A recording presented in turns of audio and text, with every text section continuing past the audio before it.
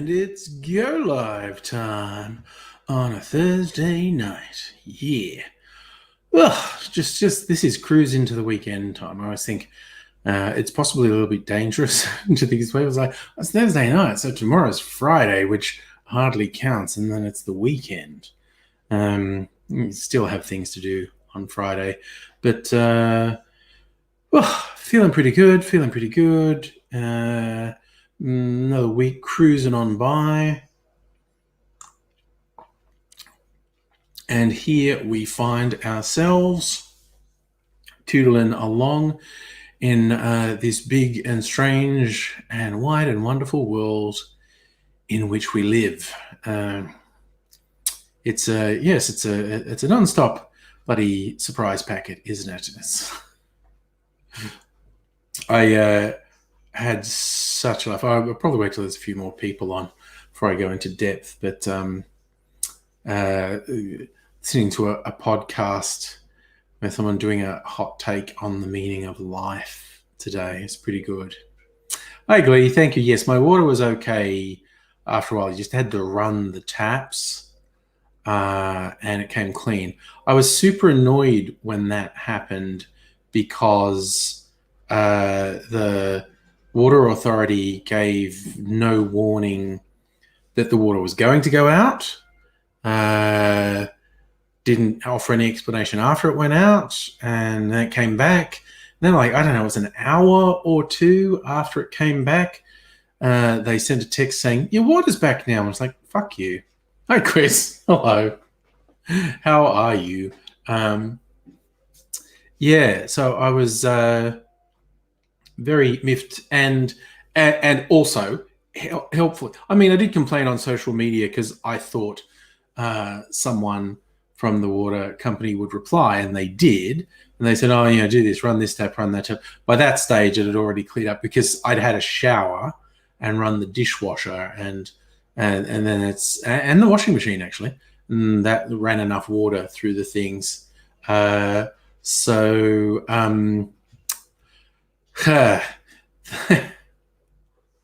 It eventually came clean. And yes, the person on social media gave the helpful thing about it'll run clean if you do that. And when they sent a text 2 hours later, it also had helpful tips if the water's dirty. I was like, yeah, this is why I wanted one at the fucking time it happened. Shit we take a lot for granted now. It's not that long ago that if there was an unplanned outage, you'd have no fucking idea. You'd have no fucking idea. I suppose you'd ring the Water Authority, and then they'd try and be on top of what was happening. But I'm so used to instantly available information now. Like, tell me now what's happening. I want to know the instant something happens. I want to know what it's all about. Taking that for granted because it is not a very long time ago that information was much harder to come by. So I wasn't power, Chris. It was water. Water cut out without warning for about 20 minutes and then came back on, also without warning. And then what was coming out of the tap was really quite dirty. Then I had to run taps for a while, and then it was fine. Yeah, it's not Flint, Michigan, put it that way. Not those places where there's been fracking and so the water catches on fire. None of that. It's just a bit dirty. Glenn, do you reckon it didn't happen as much back in the day? Christ, yeah, Chris, I lost water, but short time. But some people, there was some shit happened recently where some people found themselves with no safe drinking water for a couple of days, like they had to boil water, and then power went out in the same area during lockdown. It's El Shito. Salumi, hello. How are you this evening?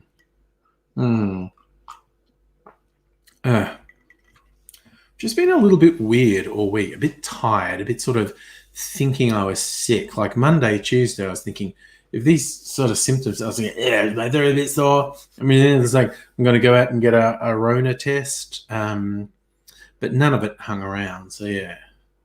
Guess what's wrong with a little lead in the water? Yeah. Fortunately, it was not a big deal. It was the middle of the day. It was only about 20 minutes of no water. But yes, silly me playing Fallout 4. Dang. Recovering from pulling your neck and a migraine. Cool. Well, hopefully Fallout 4 helps with that.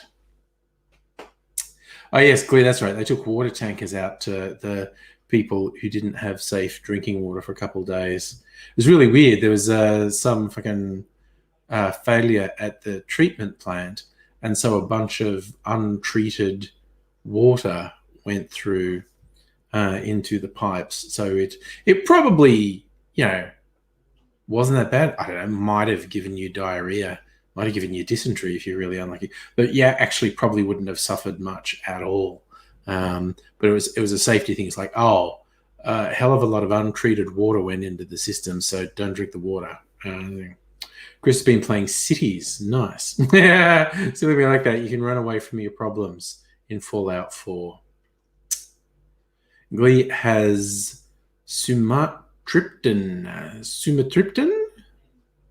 I love that. So many syllables. Where do you place the emphasis? Sumatriptan. Chris, you're going to run away from your problems when you're not locked down?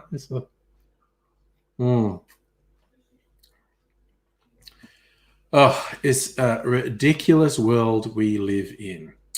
I'm definitely still feeling a bit weird and sort of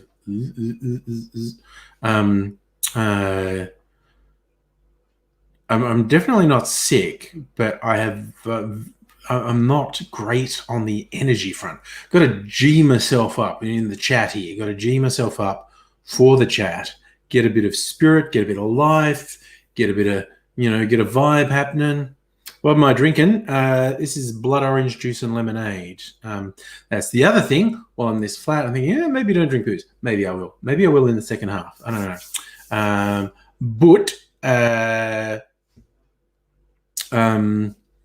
know. We shall see. Not making any hard and fast plans about the drinkies tonight. Anything could happen. Anything could happen. But it probably won't. But excuse me. I was making milk clarified drinks for date night with Mrs. Angry, and making the milk punch, the milk clarified drinks, for two reasons. Well, actually, three reasons. Because it tastes really good. It takes all the sharp edges off the drink. You still have the flavors of what's in there, but it's much smoother. And it also changes the consistency of the drink, makes it a bit more viscous, a bit silky with the mouthfeel. And it usually makes it a really good color too. Like you can start off with a mixture of things that's really murky, dark brown to black looking when you start. And then you do the milk clarification and it comes through. The most common is a really brilliant yellow to orange. But if you put something in that's got a strong artificial color like blue curacao, you'll get a blue drink. It's something that's got a strong red flavor in it. It'll be more red. Yes, Chris, I probably am a little bit fatigued from boredom, depression, and I'm doing really well. Yeah, and that's possibly making me feel a bit aimless, yes. Glee, you've been forcing yourself to do physio and weights. Nice. Yeah, you don't want to die. But yeah, no, stopping you from getting bored. That's great. Safa, good evening you. Oh my God, you got stuck in a Windows update. That sucks so much. Oh, look, I'm going to show you the two coolest ones I've made. They're just here. All right. So, this is a pina colada made with dark rums. So this was really dark because it was made with dark rums. And you clarify it and it comes out this brilliant yellow color. And this one is a bits of this, a bits of that. It's actually the stuff I made on the live stream last Friday night. had to make it twice to do close-ups for the videos, and I didn't want to drink the second lot, so I clarified them, and because it had blue curacao in it, it's come out blue. It's a color that my webcam doesn't like, so I don't know what it looks like to you, but in real life it's this quite brilliant green blue, and because it makes the drinks really clear. They look so cool. Milk clarified drinks look so cool. It's funny how many of them end up somewhere on the spectrum from yellow to orange. So all the brown spirits, whiskey and rum and brandy, will clarify to a yellow or orange. But yeah, if something's got a really strong artificial color, like blue curacao or my blue absinthe, or green stuff. That's right. This has got green chartreuse and absinthe in it. It's got amazing stuff. Yes, they come from like $2 shops. I mean, they cost more than $2, but that's the type of shop I mean. I've got a couple different Skull decanters, but so these will be for date night on Saturday night. I'm going to put them back in the fridge, actually, because I'll be too tempted to drink them. Got to make another one a bit more wine-scented.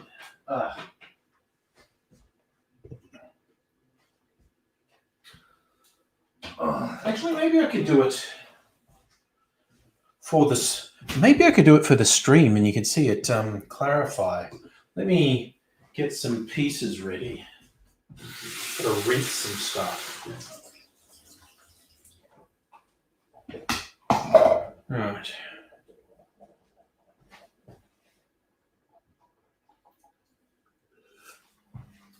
Cool. There was a little bit of pina colada left in the bottom of my mixing glass. Tasted very yummy. Right. So, and I need my jigger. Where did I put it? I was using it a bit earlier. It was really well made, so I rinsed it and put it over here. Okay. So, all right. So, this one's going to be really dark. It'd be interesting to see what color it goes. So hey, Hellion, hello in ISO. It's ISO Kirsten. Palomaris. And lemonade. But I'm going to make a sort of wine-based milk punch or a milk clarified drink. A lot of the old recipes, and by old recipes, I mean recipes for milk punch, milk clarified drinks, go back to the 1600s, 1700s. Benjamin Franklin famously had one that he shared with people. Kirsten, you have a balcony. Thank Jeeves. That is good. A lot of the old recipes have tea in them as a flavor, and it strips all the tannins and sharp edges out of the tea, but you still have tea flavors, which is quite nice. So I'm going to put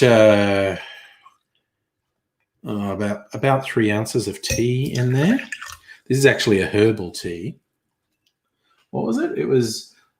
I thought herbs would be good. This is cinnamon, turmeric, ginger, and nutmeg. So that's a really herby, spicy tea. I thought that would be an interesting sort of flavor to have in it. Now, this one's going to be very wine-based. Polomars, you're sorry. Okay, I'm not exactly sure what you're sorry for, but I accept. Polomars is on Twitch for anyone who wonders what I'm talking to. Drinking Prosecco. Nice. Right, so this is going to be very wine-based. I'm going to put some port in it. Very old bottle of port I should use up. I'm going to put 2 ounces. 2 ounces of port.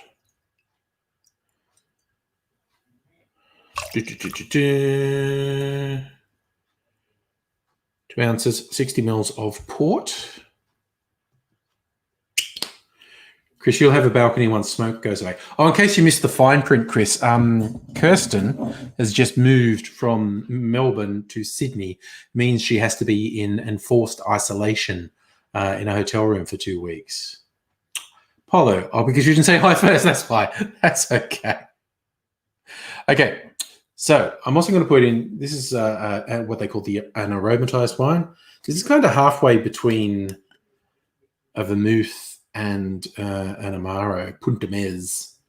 It's very flavored, basically, and it's very dark. So I'm going to put 2 ounces of that in.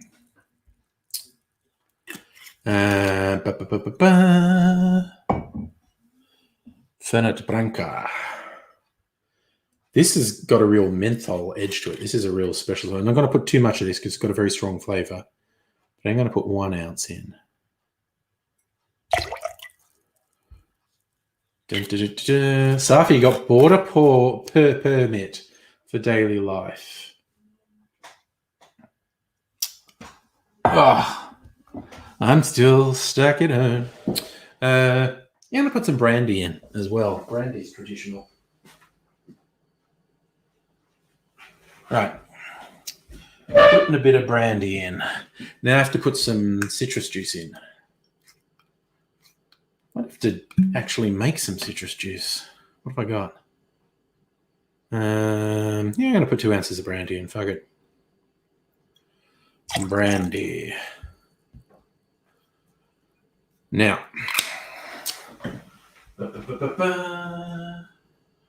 I've got some lemon juice and some grapefruit juice in here.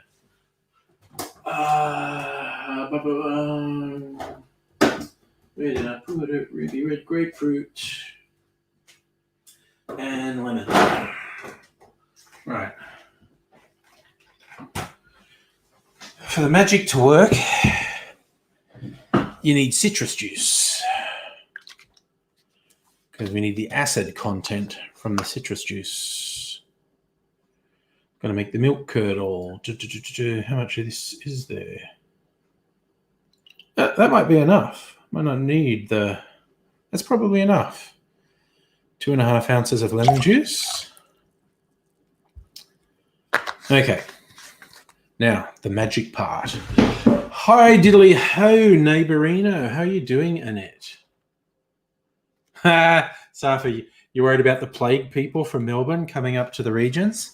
The people in tourism would disagree with you. They desperately want Melbourne people. They want money more than they are scared of germs. Our hideous, hideous Melbourne germs. Kirsten, you've got all the booze to keep you company in ISO, which is good. Glee, remember when we thought it was wise to buy inner city property? Yeah, not a property by myself. Chris, what's the news? They should have a working vaccine start trickling out. Well, again, Trump has politicized the whole vaccine thing. And he's politicized the CDC to the point it's impossible to trust anything they say. But in a best case scenario, if a working, safe vaccine was proven, like now, it won't be widely available until halfway through next year, which would be fucking fantastic. That would be absolutely fantastic. It's also pretty much the best case scenario. It's a very high risk if a vaccine is rushed to market. The major risks being it might not actually work, or the effects might not last that long. It could actually be dangerous. It could kill people. And if it doesn't work, then you've got the threat of you've undermined the whole idea of vaccines. And we all know the fucking lunatics, anti-vaxxers, don't really need any ammunition to act like fucking lunatics, but give them ammunition and they'll go fucking nuclear.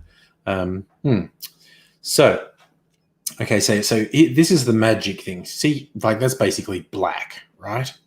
Now, the magic trick is to get some milk, which I will just get over this part of the kitchen. Right. A little jug for the milk. Going to measure out some milk.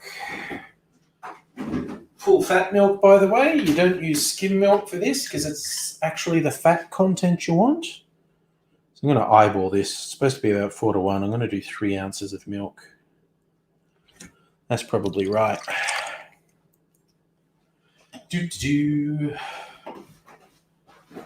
milk back in the fridge. All right. Yes, Chris, I'm really hoping that that's right. It's just there are so many unknowns.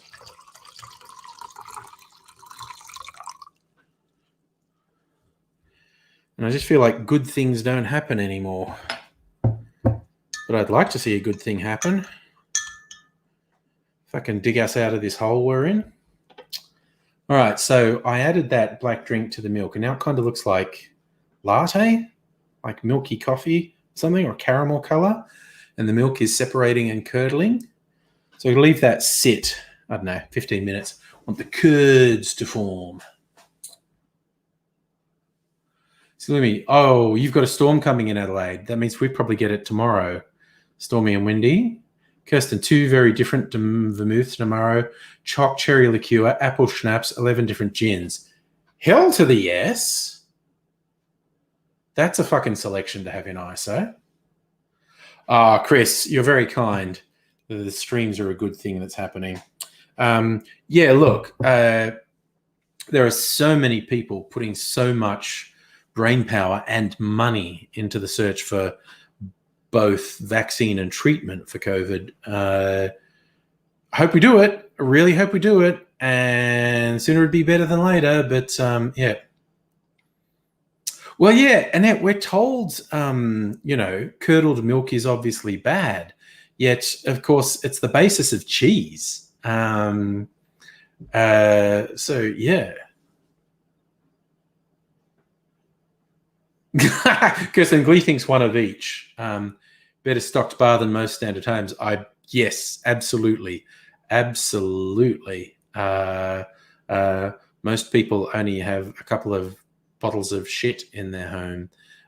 So what's that? You've got 2, 3, 4, 5, 16 bottles, 11 gins. Hope you've got some of your tonic water as well, actually. Yeah, at least you're doing ISO in style. I like that. Yes, you don't want to chug curdled milk, Chris. Like it's like probably the worst drink anyone ever invented is known as the cement mixer.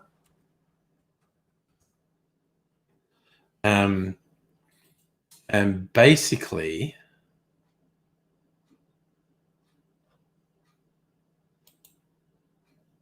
why it's called the cement mixer, I see it's you have a cream liqueur like Bailey's and lime juice in a shot, and the lime juice curdles the cream liqueur straight away.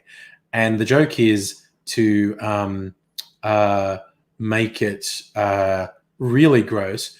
You do the shot, but you hold it in your mouth, and then you shake your head to mix it, and so it congeals into this horrible mass in your mouth, and then try to swallow it.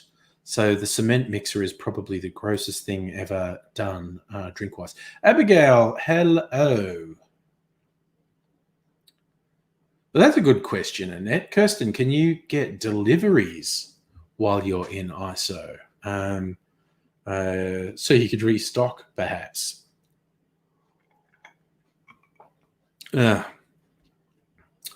Oh, yeah, right. Okay.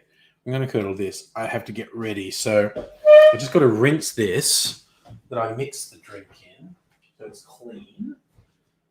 Just a quick rinse, really. Funnel and filter paper is all I need. This thing I'm making, by the way, is an experiment. I've never made it, but I was just working on the principles of things that go together.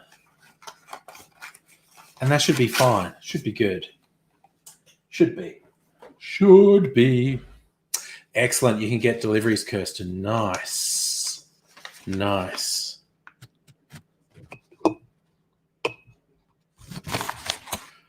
Oh, and just as a bit of trivia, by the by, I think you used all the magic for Australia Post at Starwood when you were there. Like the way I got the Fortis within a couple of days. I ordered some more Starwood early this week, and it's probably not arriving till next week, which is fine. But yes, I think you used all the post office mojo up the previous time. Oh, yes. Yes, very much so, Chris. Kirsten's got it all covered. Oh, nice. Oh, my God. See, Kirsten knows how to do ISO in style. Did a Coles order for tonic water and garnishes and cheese platters. My God. Yeah.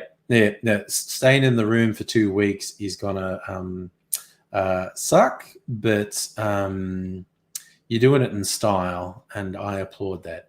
Chris, you're waiting for signed vinyl you bought in July. Guys, comparing some notes last night. Some people had waited 4 or 5 months for something internationally. Abigail, super duper extra mega tired, popping in to say hi, then good night. Thank you for popping in. Yes, chronic fatigue sucks. I'm only mildly tired this week, so I can empathize with you. Very mild. Yes. Yeah, I don't think they listened to you about the blood sacrifices, Kirsten, because, this one's not coming that quickly. But I've been getting a bunch of deliveries. I got, I did get it. Oh, it was, I got pimento dram that I needed to restock. I think my Pisco's coming tomorrow. There was just this ambivalent Australia Post, you are getting a delivery tomorrow. And I think I ordered 3 things from Dan's and I got 2 of them. I still got to get some Pisco because I used up the last of my Pisco on the weekend. Chris, hopefully Friday, as you get season 3 wrapped up, Buddy's channel you've been editing. Nice. Getting stuff done always feels satisfying. Are you keeping late nights or just keeping regular hours? It's the danger when you're working on a project and you just want to finish it, lose track of time, and it just really stretches out in front of you. But it's good to have something that's a goal that's going to feel good when it's done. So, good luck with that. I hope it all works out for you. You get it done, and sense of accomplishment to go with that. It's always good. I did actually finish editing another cocktail video just before coming on here. It's rendering at the moment. I'm trying to be a bit more specky and have some interesting edits in my cocktail videos now, and make them a bit more interesting visually. I'm not really sure it makes that big a difference, but I'm doing it anyway. Chris, speaking of good things, extra unemployment benefits. Yes. Force yourself from work till 10 till 8. Jesus. Yep. You got to be careful because that can wear you out. Really intense work schedules. And as a thing, when you're working on something that you care about, it's actually quite dangerous the amount you can run yourself ragged working on it. All right, I think this. I don't know how clear this is, but there's a bit of separation at the top. It's formed quite a nice body of curds, so I can put it in the filter now and start the clarification for real. All right. This is going to be somewhere yellow to orange, this one. So it's usually the first bit run. It probably sounds like someone pissing. Is the microphone picking that up? You're getting a nice ASMR that kind of sounds like someone pissing, or maybe sounds exactly like someone pissing. I should maybe move it further away from the microphone. That might not be altogether pleasant. Okay, so it's running through fairly fast. So the first stuff that comes out is actually a little bit cloudy. So either run the whole lot through twice or just wait for that to slow down a bit, because if it slows down a bit, that means the curds have sort of settled to the bottom and aren't letting as much liquid through, and they're filtering it more. And the drink's going to be much clearer, more clarified. Yes, okay. Ned agrees. Sounds like pissing. Yes, Chris. Sorry, I just saw the typo there, and that you actually said I sound like pissing, as in you sound like pissing. My word. Well, that's certainly something. Safi, your brother finally got NBN. Didn't give him Ethernet cables. The router. Oh no. Have to take a trip to JB or somewhere or Officeworks to get an Ethernet cable. It's shitty that they didn't actually hook everything up and make sure it was working.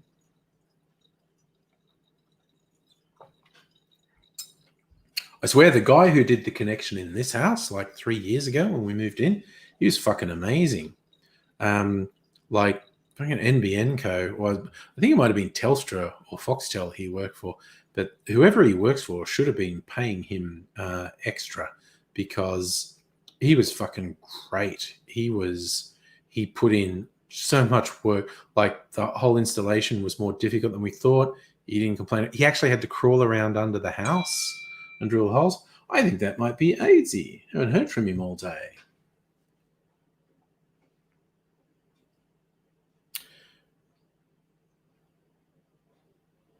Okay, AIDSy wants to say a quick hello.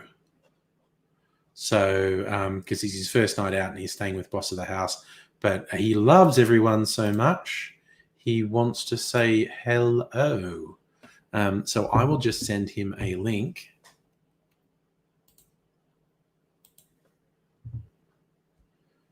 That's how much AIDSy loves everyone. He wants to say hello. Silumi, you have a week of leave after next week. Nice. Just a week off, doing stuff you want to do.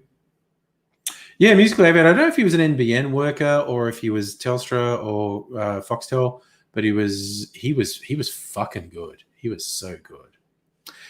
Yeah, Chris, he's saying like it's just going to be a quickie, as it were, but he definitely wants to come in and say hello, which is nice. So however long it takes him to follow the linky poo, I said, yeah, see, okay, I don't know if you can see it on the webcam, but the thing that was going in a steady stream like pissing is now just going drip, drip, drip, drip, drip, like he's got prostate problems. But from the filtering point of view, that's good, because that means it's going to be filtering much better. So I'll pour this back in. Looks a bit like beer. It's a sort of cloudy amber color. So when it's properly clarified, it won't be cloudy, but it will probably be a sort of amber color. That's what I was predicting, and I think that's what it's going to be. So put that in there. And then it made you need to go to the loo. That's what those sounds. Yes, Chris, you like a good quickie? AIDSy likes a good quickie. Not surprised he wants to have a quickie with everyone. I was just thinking, oh god, I've got the fucking web because the webcam screws around so much. So I just put it on automatic exposure, so it readjusts if I do that. Dark and light. Yeah. Oh, nice. Safa and Aldi apple cider. Cool. Chris, Lou is a colloquialism. I think it's probably less common for young folk to say loo. No one says bathroom here. It's toilet or loo or shitter. Yes, and AD is definitely enthusiastic about most things. So, yes. Yeah, I think I just say toilet. But loo is something I grew up with. And that's also possibly a generational thing as well. Annette and I are the same generation, and it might be more common in our generation than in younger generations. I'm not sure. Or the dunny, that's another good one, Annette. I did grow up calling it the dunny. So that was actually, that was a very common name for a toilet when I grew up. Going to the dunny. That's, which I assume is, it came out of someone saying, yeah, I've done a piss, I've done a shit, and became the place where it's done. It's the dunny. I don't know. Where does language come from? Chris, when you're in kindergarten, you'd yell, I got to go to the toilet. So no, Chris, we say restroom or bathroom. Toilet's rude. Yes, well, I remember a sci-fi book. I was quite fond of Ursula Le Guin's sci-fi.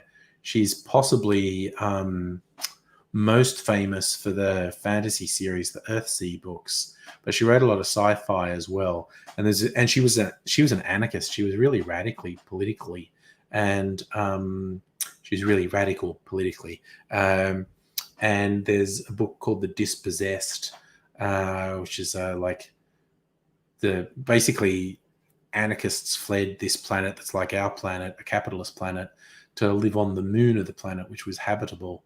And it's all about this one guy's a scientist who goes from the anarchist world down to the planet below that they like to refer to as the hell world because it's so bad. But it's just our world, and just their life is much better than in a capitalist society. And they basically have abandoned concepts of shame about sex and bodily functions. So the toilets are just called the shittery, which is just great. Krista, we've called trucks lorries. My mum did. Again, I think that's a generational thing. Lorries is an English thing. But my mum's generation, so boomers and pre-boomers, sort of the crossover from, the boomers in the previous generation, is they had a lot more English slang. A lot of it went out of fashion, but my mum would definitely say lorry. Yeah, we stole loo from the Brits. I say trousers, pants. But that's weird. If a Brit says pants, they mean underpants, which I find really fucking weird. They're not pants, they're underpants. Why are you saying pants? What is wrong with you? I will say trousers, but I'll usually say pants or jeans, Oh, there you go. So again, maybe it's a regional thing, Lee. You never called trucks lorries, nor did your parents. Mine did. Mine did. So it's probably a regional thing. Different places call the same thing. What are the other ones? Lifts and elevators.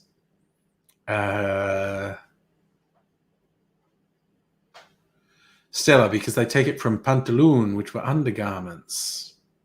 Hello, Charlie. We are talking about pants. Actually, we're talking about different words. Toilet, bathroom, loo, lorry, truck, pants, trousers. So, yeah, no one in Victoria ever called them lorries. I was in New South Wales, and I was in country New South Wales as well. Chris, in Indiana, you say Wi-Fi if annoyed is... Wi-Fi, are you doing that? Is it that?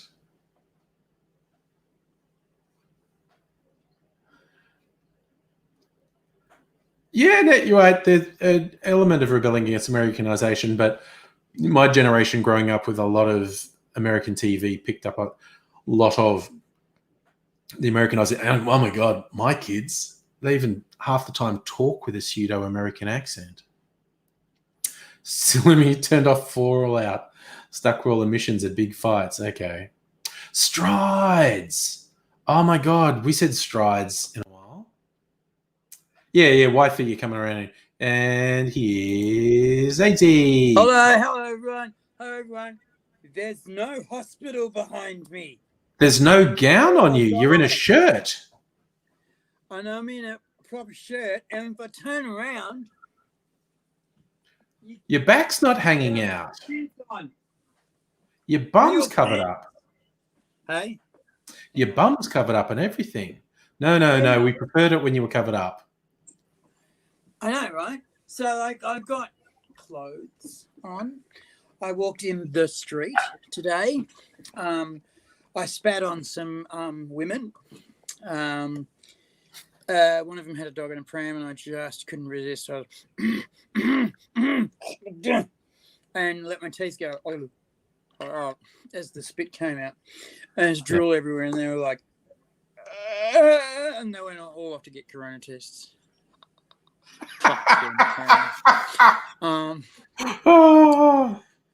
Jesus, I needed to so bad after I got out of hospital because they tried to fuck me again. What were they doing? So, righto, I get there. What's in these vaporizers? Oh, well, it's fucking nicotine, and this one's CBD. What? The marijuana, the plant with its roots in hell. Yeah. Is that what you mean to tell me? Yes, that's what I mean to tell you. Satan's tea. Satan's... I never heard that. I think I just made it up. I like it, though. Satan's tea. Given to the old and unsuspecting. Hello, Mrs. Worked all her life and now is enjoying her golden years. Would you like something addictive, psychotic, and nasty, and dribble spit everywhere? We're going to fucking glue these teeth back in a second.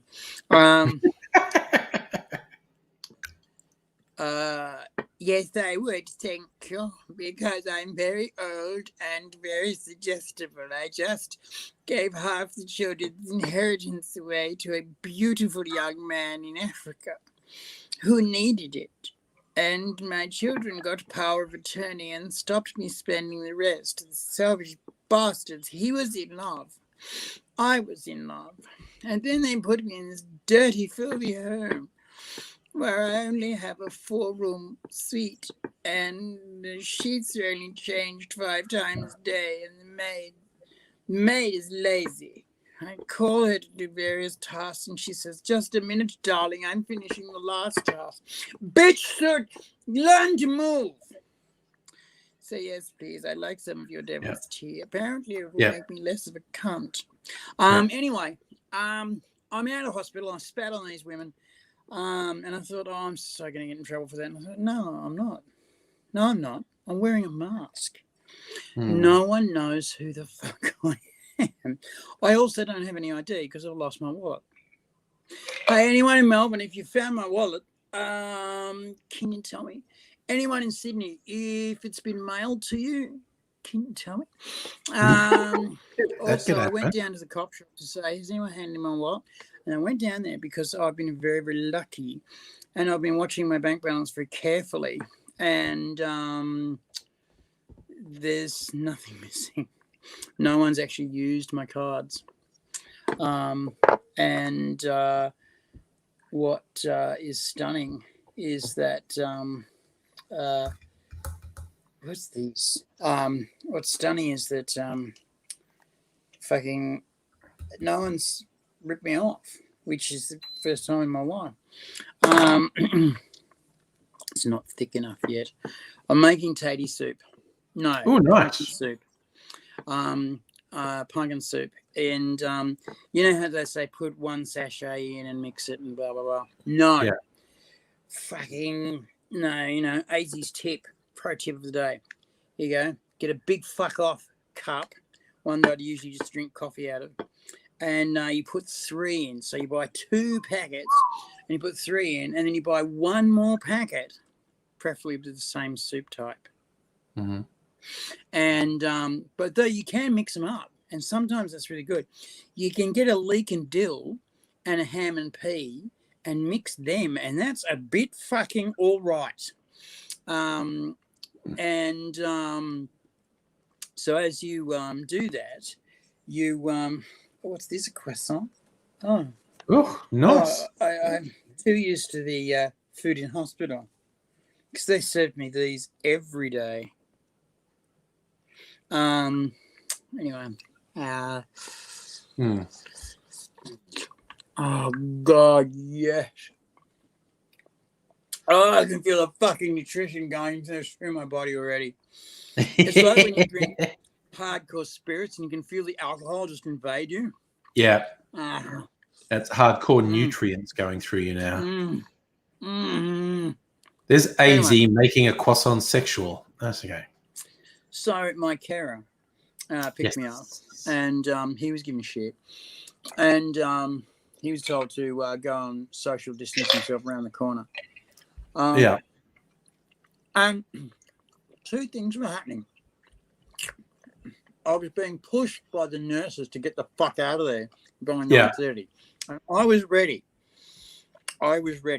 The only thing I had out was this iPad because pharmacy hadn't turned up with my drugs. And you've got to pay them. And I thought I might as well pay them now while I've got some fucking money. And so they turned up late because they always do. Meanwhile, the nurses are pushing me out and I'm going, you still haven't got my stuff out of the safe. Oh, you don't have any stuff in the safe. No, I do. I have several $100s worth of vaping equipment and juice.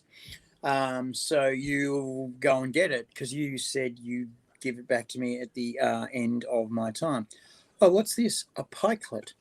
Again, another food. You're just reveling in food. So Stella says you're making carbohydrates very sexual at the moment. Stella, you should see me with a piece of copper pipe and 3 flowers.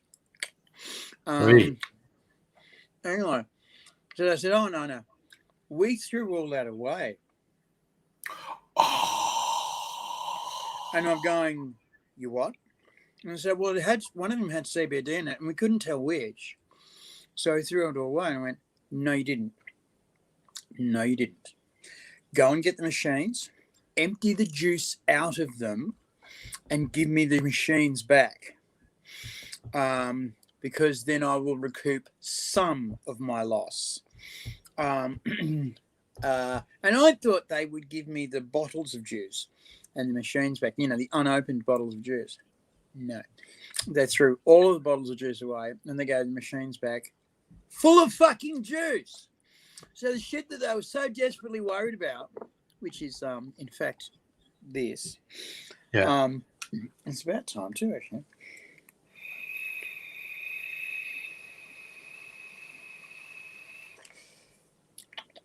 A second.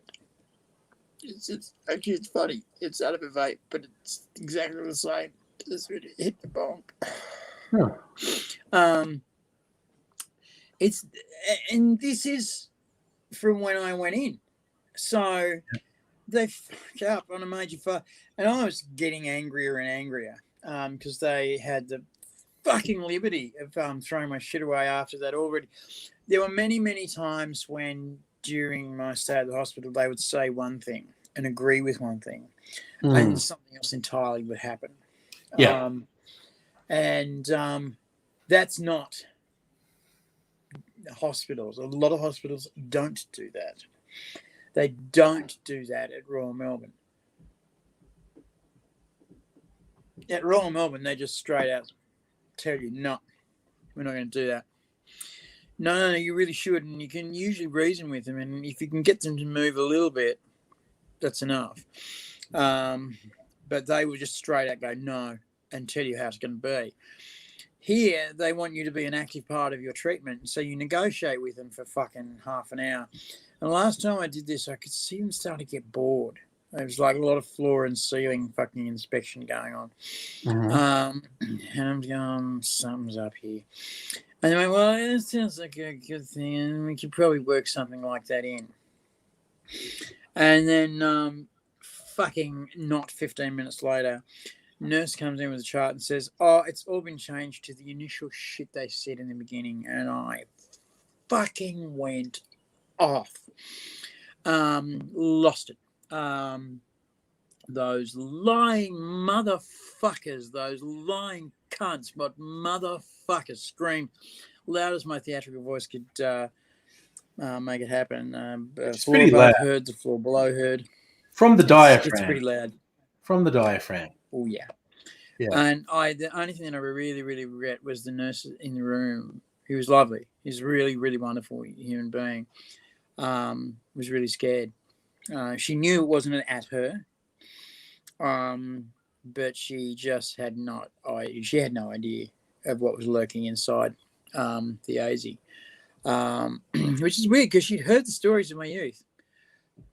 There had to be something nasty sitting in there. And then she saw it, and I was like, oh, because I am the pleasantest, most polite guy you've ever met in hospital. Yeah, I think I freaked out. One of the doctors of that team, that poor bastard, he was my point doctor, came back and said, yes, I heard there was a fracture. And I said, you betcha. We need to have words. And we had a fair and frank discussion. More me talking. And he's going, okay, I apologize if you thought that was the way it was going to go. And I'll say, all right, I will frankly, charitably chalk this up to a miscommunication. But these miscommunications have been happening a lot and frequently. Your communication is terrible. You're just going to have to fucking deal with that. Really, you're going to have to deal with that. And he's going, yeah, okay. And he's gone away and changed it back to the way it was. Then in the morning, they've said, oh, we're going to nail this out. And I said, yeah, right, because I'm cutting it down. And they went, no, don't. Leave it exactly the way it is, and I'll do it myself, because I was doing it myself. And he said, yeah, fair enough, we'll do that, because if you need it, you need it, and if you don't, you don't. And I'm going, yeah. Ironically, last night I needed it because I didn't get to sleep last night because I had a lot to pack.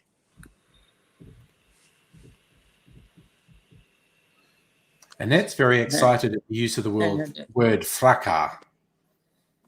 Thank you.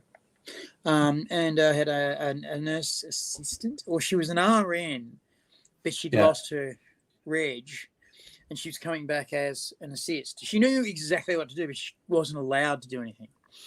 Yeah. But in the thick of it, she knew exactly what she was doing. And she also is one of those old school nurses that doesn't take any shit off patients. What do you want, Dale? Oh, I doubt if that's going to happen. Don't say shit like that anymore. Seriously doubt that. I'll have a look at your chart, but I reckon you're pushing shit uphill. And comes back with a chart. Yeah, nah. You can have it in 20 minutes. I'm going, 20 minutes is nothing. I can do that. It's how long it takes me to go for a piss and pack if I haven't wet myself twice. And she's going, ha, ha, ha. And I said, no, wearing nappies. And she's gone, oh, they're low hanging too. Fairly full. I'll get you a new pad. And she just trotted off, got me a new pad and some drugs. I changed the pad before I got the drugs. That was on her insistence. Oh, yes, and that had another good word for a fracker, an argy-bargy. Bit of an argy-bargy. Going to Nuck, Balmain folk dancing. I love this. And it's actually saying it was used to describe some argy-bargy her gold mining third great-grandfather got into with other Germans. The magistrate went off at him and his mate for having an unseemly German fracas. That's the worst sort of fracas, a German fracas. An unseemly German fracas. So it was against Germans, or they were? He was a German too. They were all Germans. Oh, they were all Germans. Oh, well, fuck this. Fucking Krauts. You're all going to jail. Yeah. Just because you're fucking bullshit eaters and made two world wars happen. Scoreboard, cunt. Scoreboard. Anyway, so I got home.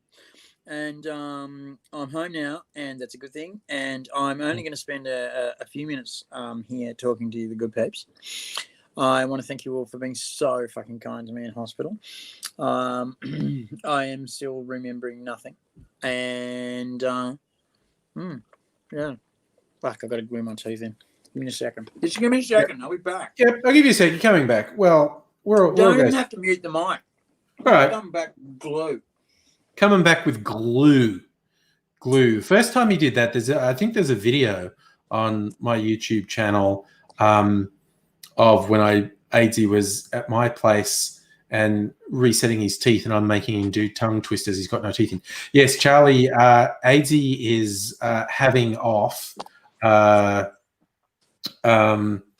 He's having it off with a bloody croissant, really.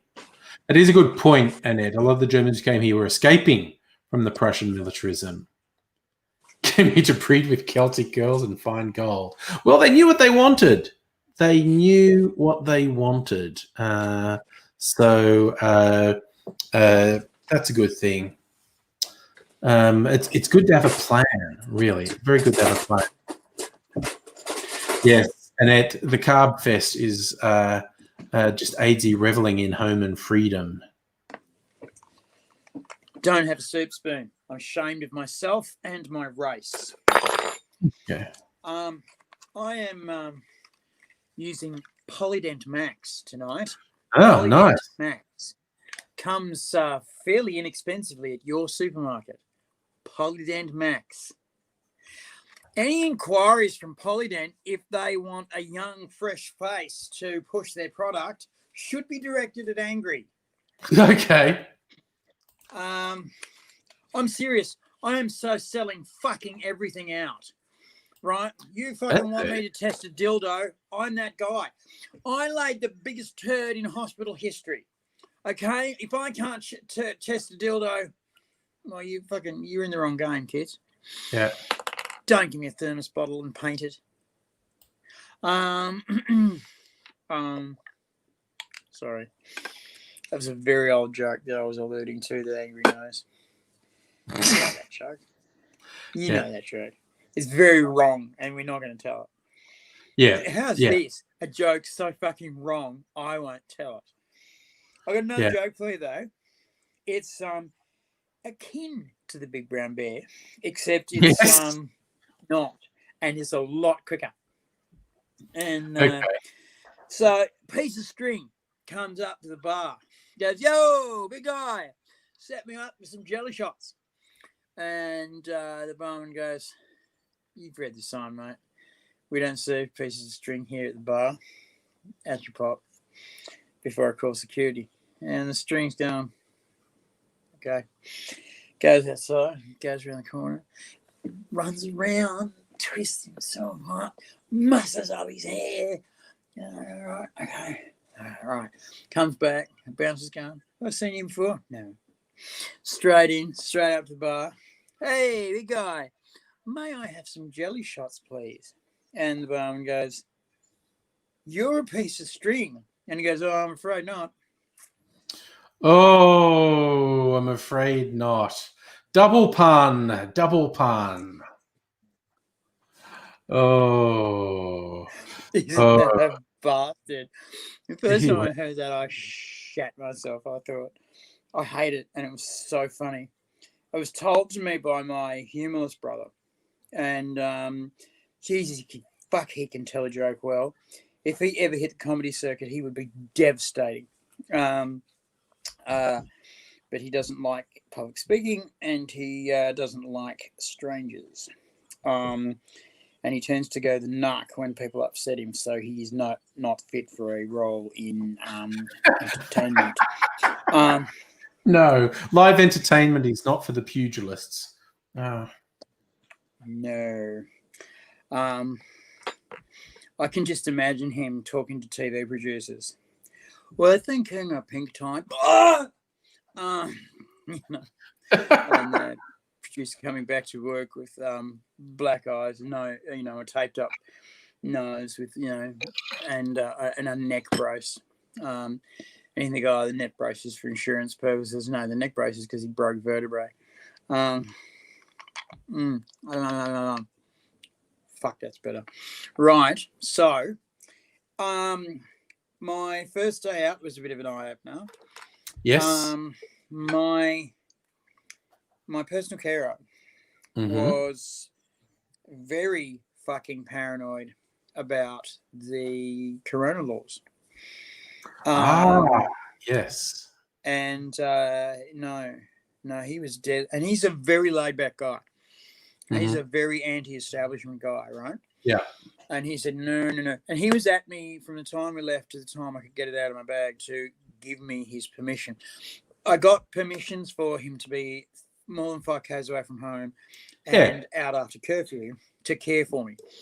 And legit. Anyway, it ran out the last day I was in hospital, and the first day I was out today, he wasn't covered. And that same doctor that finally we made peace, spat out our teeth and laughed and went, "Yeah, was it worth it?" And I said, "Oh, I need you guys to do me up a letter, just nothing fancy, to let my carer out." And he said, "Oh, I can do that now." And I was, "Sweet, can we make it undated?" And he says, No, I'll make it permanent." And he did. And it's 4 lines long. And it's on letterhead, and it's got a fucking doctor signature on it. Perfect. And so my carer was very stoked with it. And he visibly relaxed. And I said, "Is it that bad?" And he says, "There's been punch-ups between mask wearers and not." The cops are basically not investigating crime. They're basically looking for corona spreaders. The word has effectively come down from on high that if we can't catch it now, we're fucked.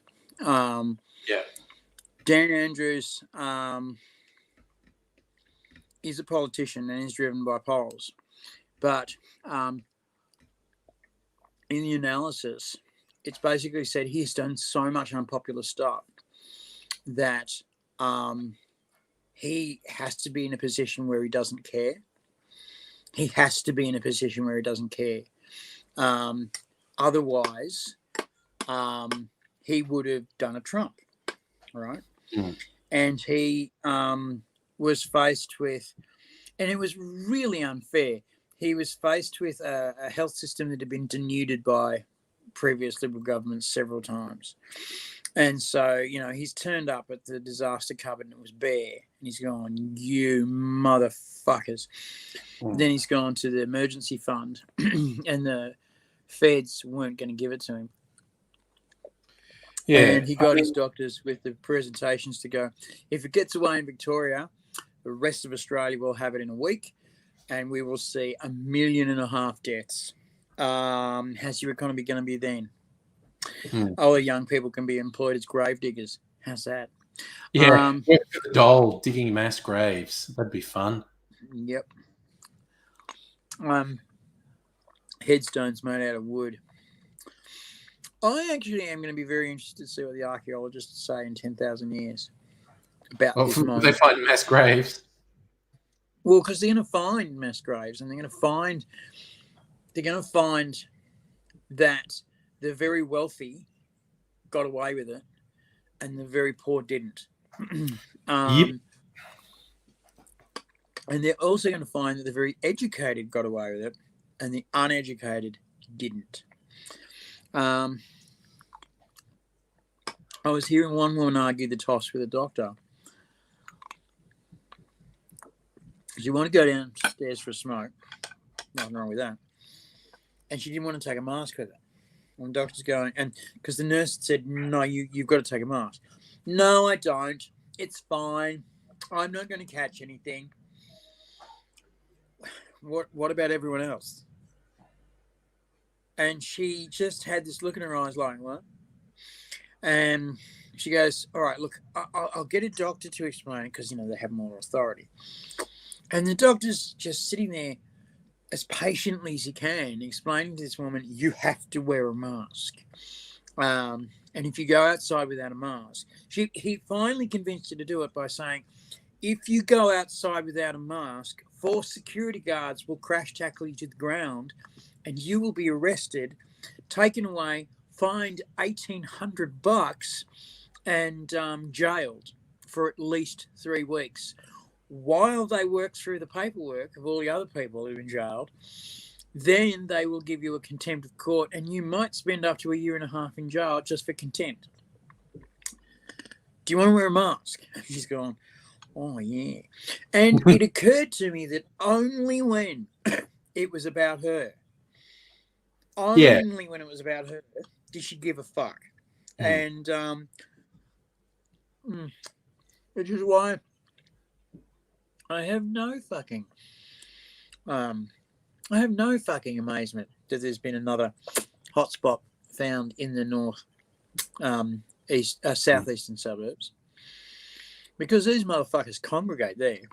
I worked hard for my money, getting 40% as a fucking tradie, and my boat and my fucking ride on lawnmower is fucking proof of my worth. I don't need a fucking mask. I'm fucking healthy. My friends are all fucking healthy. Government doesn't know what it's fucking doing. And they're not going to fucking help the working man by bringing down taxes. Thanks, Dan Andrews, you cunt. I once had to try and tell an electrician, for Christ's sake, that the state government doesn't tax you. You fucking do, mate. No, they don't. State governments do not have tax officers. Only the federal government has a tax office. Only the federal government has the right or propensity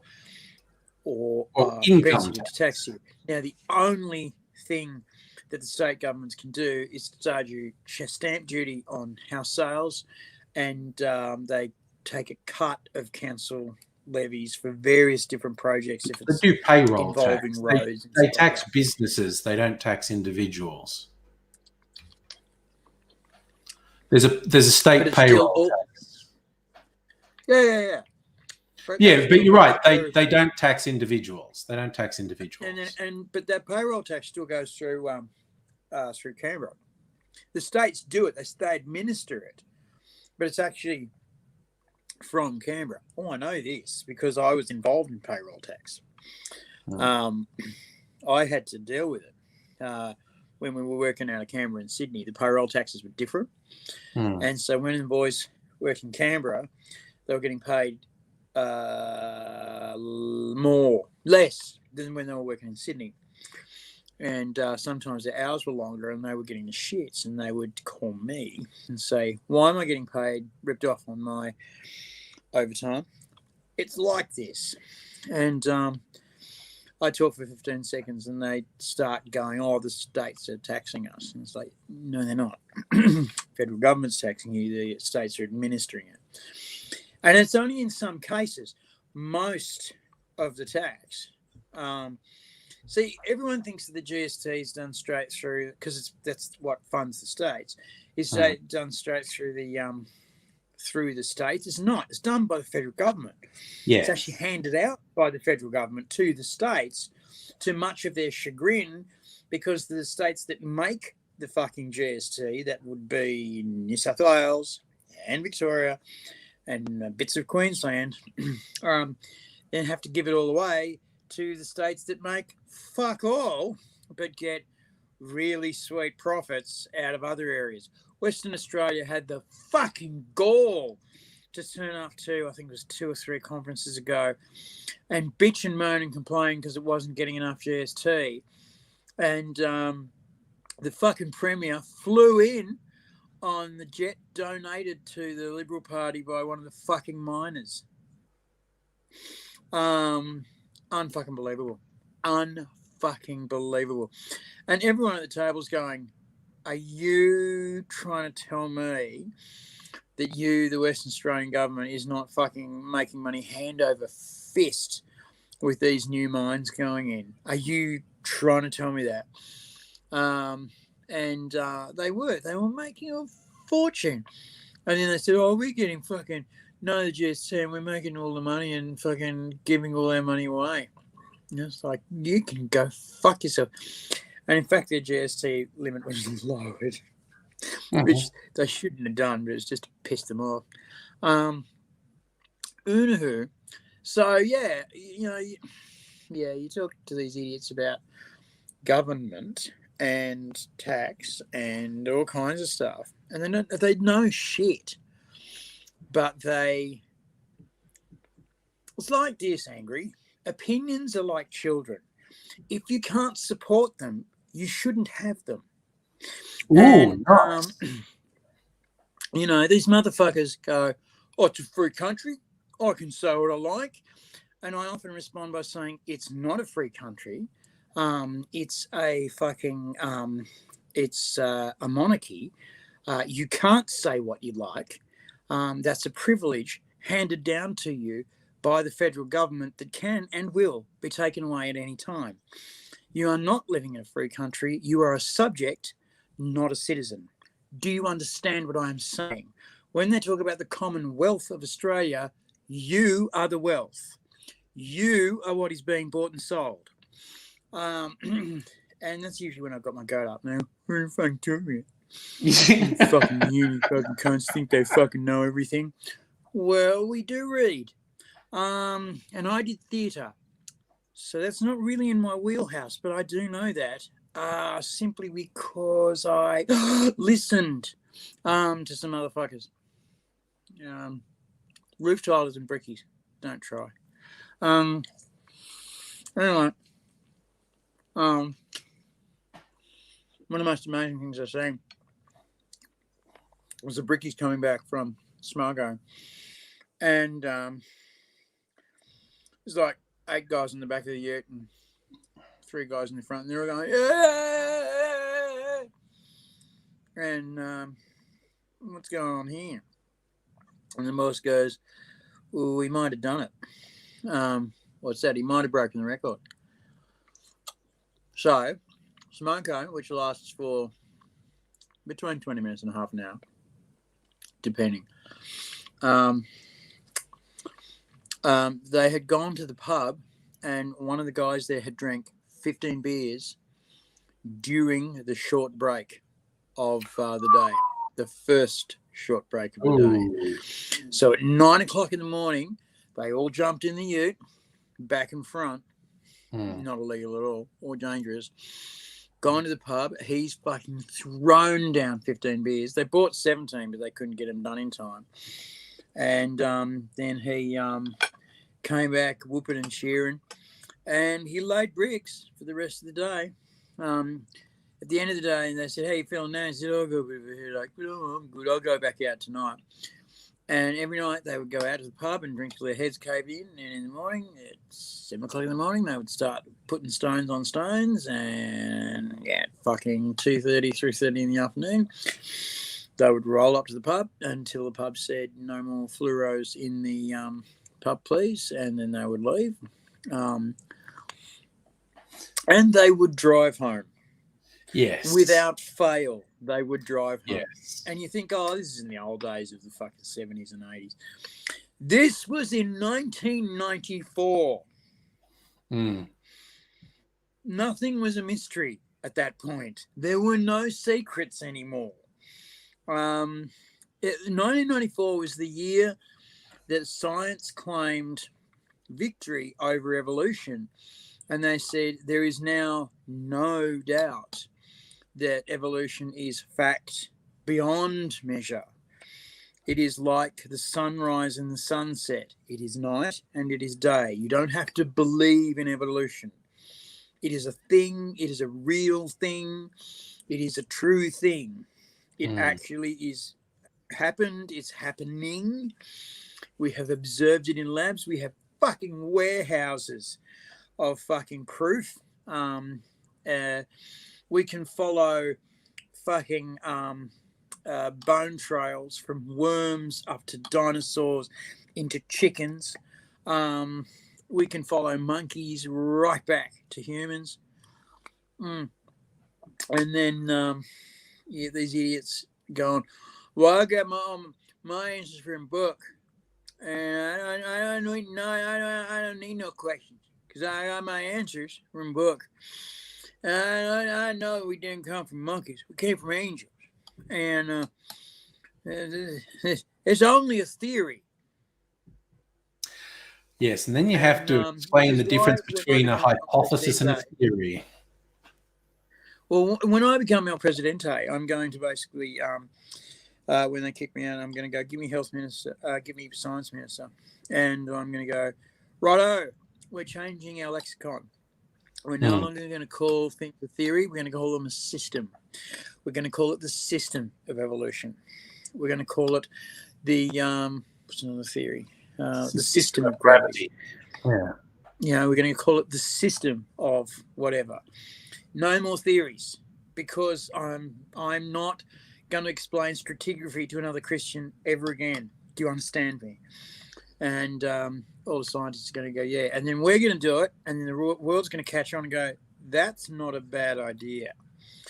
And there'll be some old people go, no, we've always had theory. And then I will invite them to Christian rallies and say, off you go, explain what you do. Tell them about your theory, why you got a Nobel Prize for it. And watch them tear you apart with straw man arguments that have nothing to do with what you're talking about. And yet they will quote you stuff out of nowhere from their imaginary friend, all out of context and contradictory to any other thing that's said. And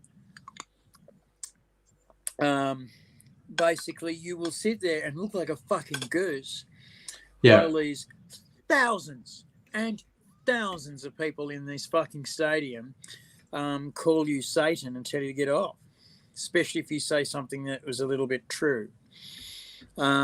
And you will be saddened for the rest of your life. So, no, and Dawkins, actually.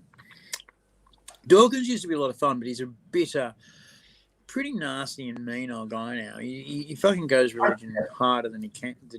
I think it's the years of abuse, because he got horrible abuse for years, and I think it just twisted. I think it fucked him. It got to him. Yeah, it got to him, and now he says religion is the ultimate evil. It could be in some circumstances.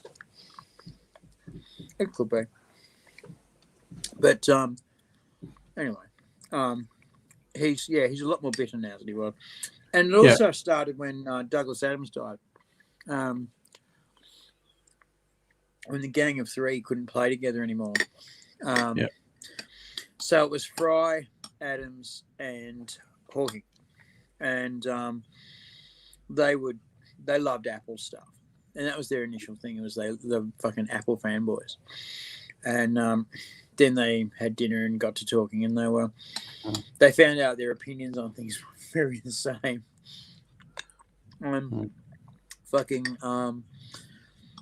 Douglas Adams went up and fucking died.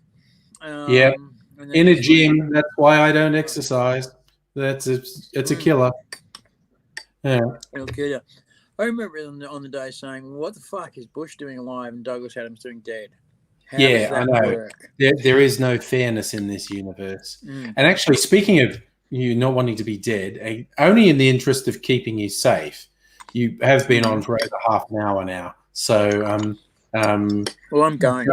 just if you're not aware of the passage of time, everyone's super happy to see you, but I'm just thinking of your well-being, and I want you to make an informed choice.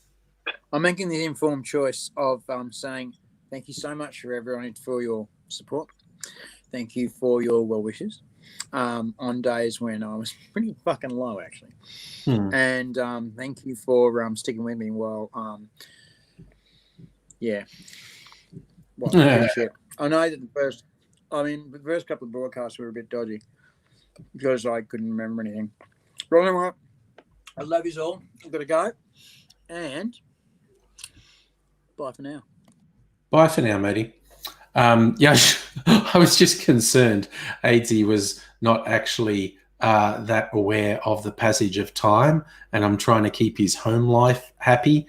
He was only supposed to come on for a couple of minutes, and our man loves to talk, and I worry that, he didn't actually realize he'd been on the stream for over half an hour. He's not always good with understanding the passage of time. It is very nice to see him, because I didn't hear from him today, so I thought the first day out of hospital might be a bit tumultuous. He's probably just got to take some time to get sorted out. And then he messaged and said he wanted to come on for a few minutes, which of course was great. But just trying to keep him out of trouble, essentially.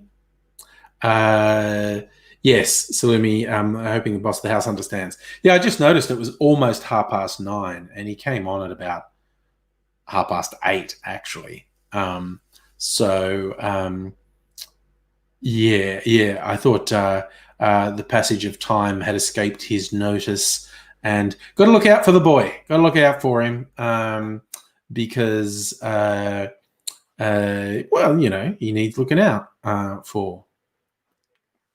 So, hey, I was also going to show you, when I was here earlier, when I made that drink that was like a brown black, and now it's clarified.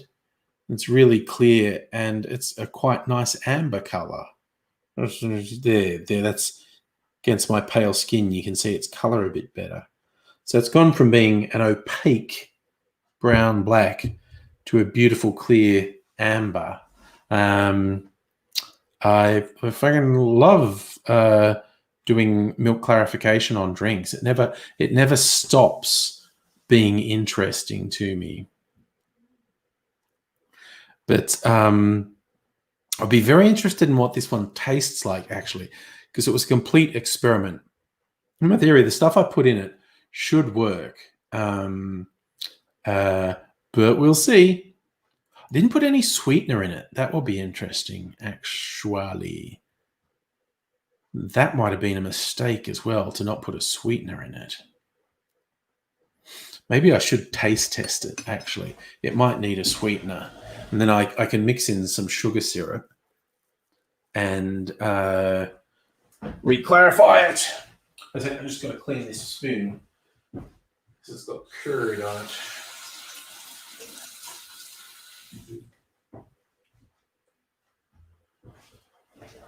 All right.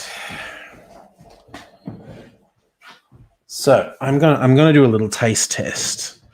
See what this one actually tastes like.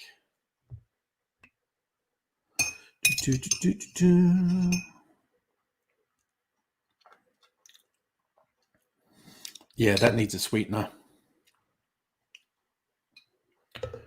That's easy enough to fix, though. I'll just re-clarify it. Yeah, this one. Sugar syrup.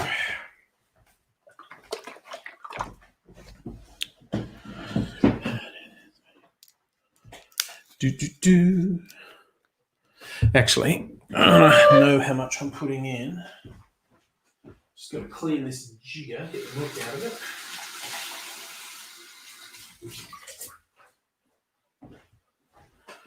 Oh. Alrighty. Put some sugar syrup in.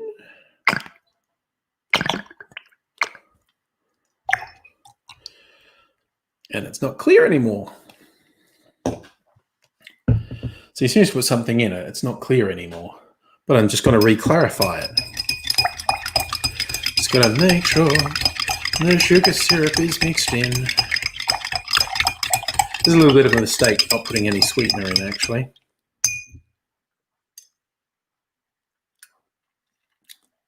Oh, yeah. That's the one. All right. And off we go. Clarifying again. All right.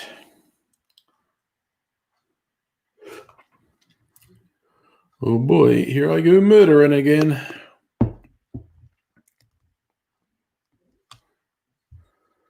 And pour that in there. It's all an adventure. Life is an adventure. I enjoy having an adventures.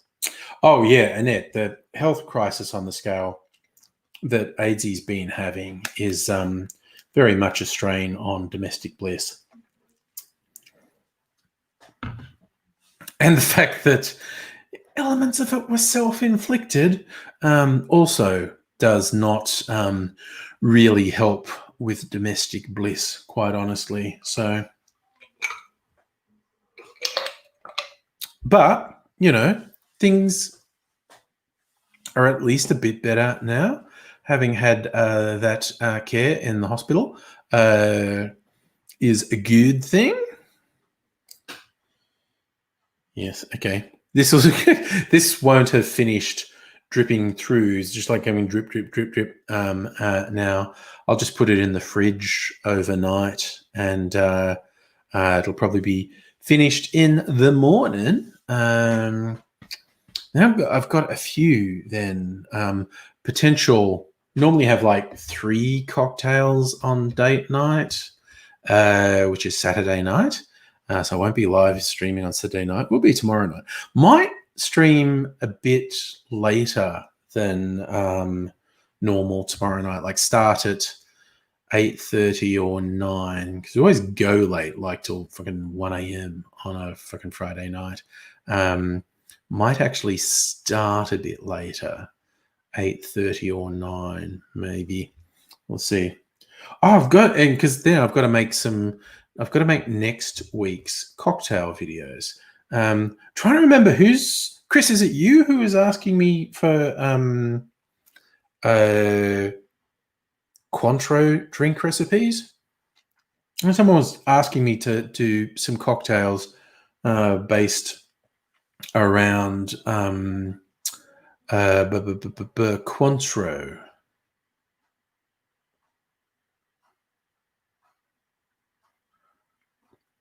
Okay. Missing what point you're trying to make, L3. Harriet the real Django. I don't know. But yes, so yeah, I just trying to remember who it was. Was it Strictly Sega? I'm trying to remember.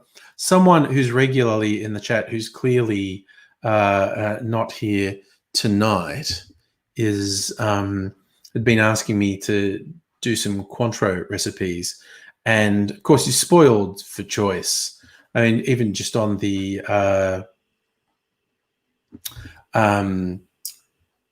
Difford site has literally hundreds of cocktail recipes with orange liqueur in them. Slim, you got to do the food shop tomorrow night, so you'd be up for a later stream. Yeah, it just would help me get ready a bit better as well if I started later tomorrow night. Like I said, given how late I normally go on a Friday night, I don't think that's necessarily a bad thing. So if you're wanting to join the stream tomorrow, pay particular attention to when it says I'm starting.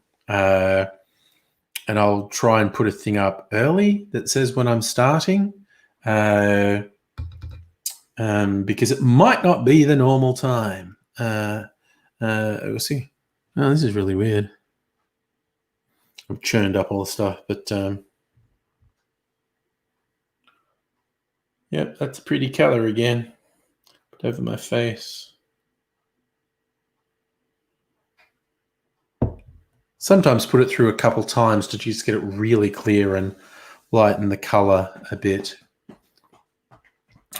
was thinking this one's a complete experiment, and it's never really sure what's going to happen with experiment. Mind you, they're all fucking experiments this week, apart from the Pina Colada, which is my favourite.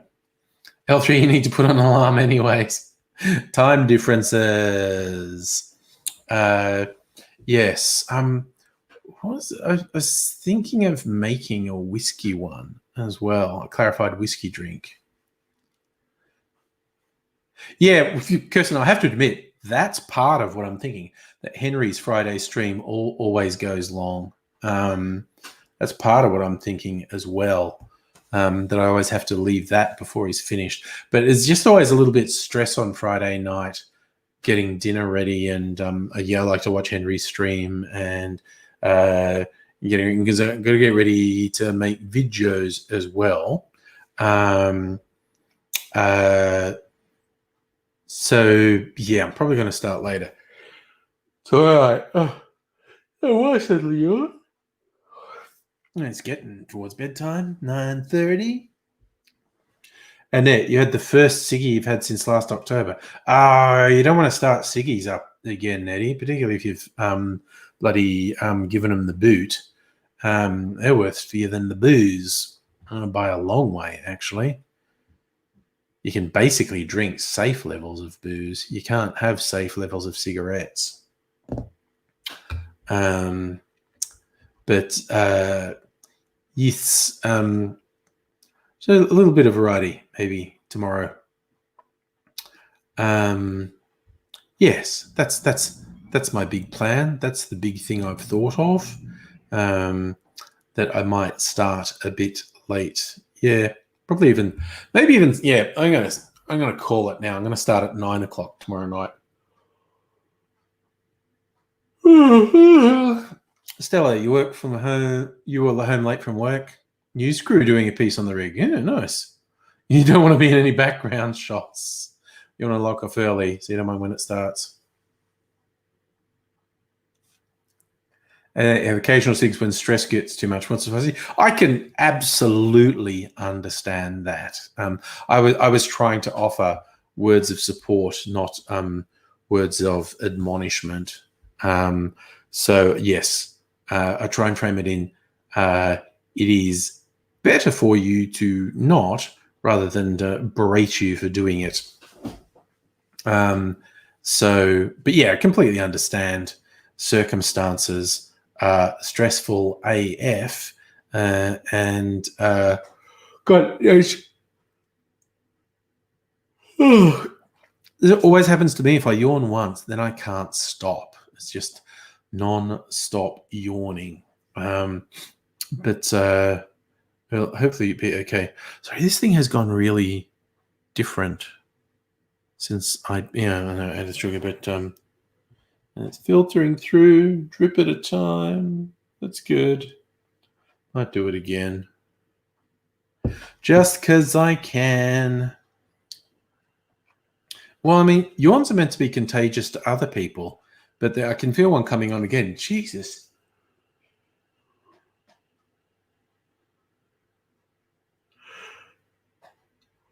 There. Okay. Maybe that's out of my system now.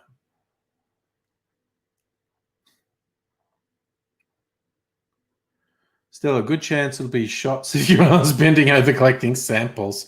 But you don't want your face on camera. Yes, Alpha, does COVID cause yawning? It could. Absolutely could. I was worried about the fatigue side of things this week. I can't stop. I go yawning at Jesus.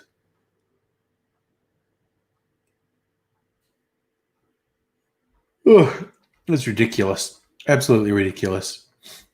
Now, let's find a way to laugh at Trump. Yes. It always makes me feel better. I mean, he's weirdly this week, he's trying to have it both ways. He keeps pushing the idea that they're going to miraculously come up with a vaccine for COVID, and with the obvious implication that it's all due to him because he's so great.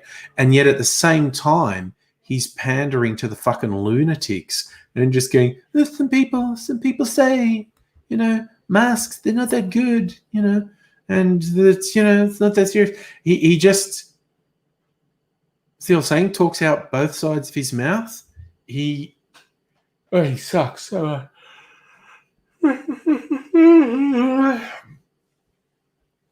it's absolutely bizarre and surreal, and that those followers of his have built their identities around hate. That's bizarre. It's like some people who oppose Trump still naively go, why doesn't any of it matter? Why doesn't he suffer when he does terrible things?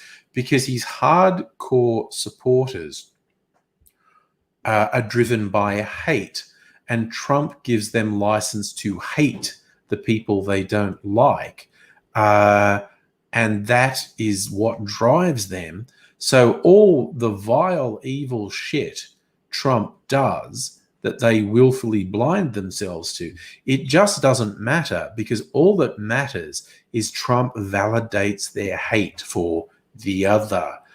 Nothing else matters to them. Nothing else matters.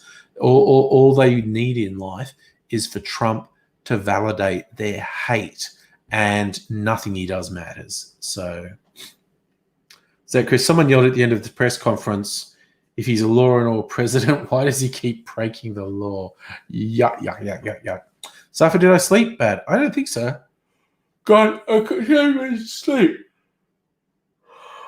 It's just like breaking a dam if I sneeze once. Yeah, see, again, perfect example of the double thing and how they manage the cognitive dissonance. So the Q loonies who've been going on, the vaccine is evil, Trump will save us. But Trump is clearly trying to tie any successful vaccine to himself. He clearly is pushing the idea that if any vaccine is successful, it'll be down to him. And how the Q lunatics process that cognitive dissonance is going to be something to behold, quite honestly.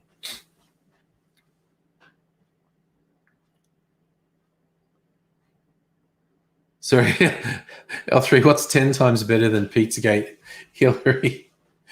just like, that's why none of the negative stuff Trump does matters, because he validates the worst in the people who support him. And that's all they want.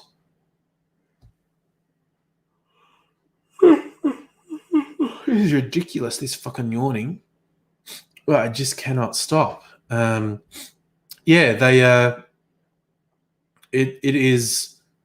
absolutely surreal to watch. If you want a bit of a trippy conversation or monologue, I suppose, the most recent Blind Boy podcast that he put out yesterday is definitely my favorite. Sorry, excuse me. I'm suppressing another yawn. Definitely my favorite podcast by Irish comedian and writer Blind Boy, a Blind Boy Boat Club. Obviously not his real name. It's his stage name from when he was with the Rubber Bandits. But he does a really good podcast, covers a lot of stuff, very thought-provoking. And he does what he calls hot takes, is when he runs with an idea. He just like, you know what? This I think is related to this, is this, and he'll just run with it. And he has a brilliant way out there hot take this week about the nature of reality. If you want to hear someone who's really intelligent and really thoughtful, you want to hear them just go on a way out trippy, just mind-bending idea of what the nature of reality might be, listen to this week's Blind Boy podcast. It's just so good. He just goes off on the absolutely weirdest concept, but he can take you along with it. He's just going, okay, I'll lay the pieces for you. He starts talking about some of the weirdest parasites in the world, like actual real parasites that do absolutely wild mind control shit on animals. So the animals basically propagate the parasite. And there's lots of examples of that. And he cites some of those examples. And then he starts talking about, why is everything so fucking weird? Why is the news so fucking weird? And he rolls all that into this really trippy theory of the nature of reality.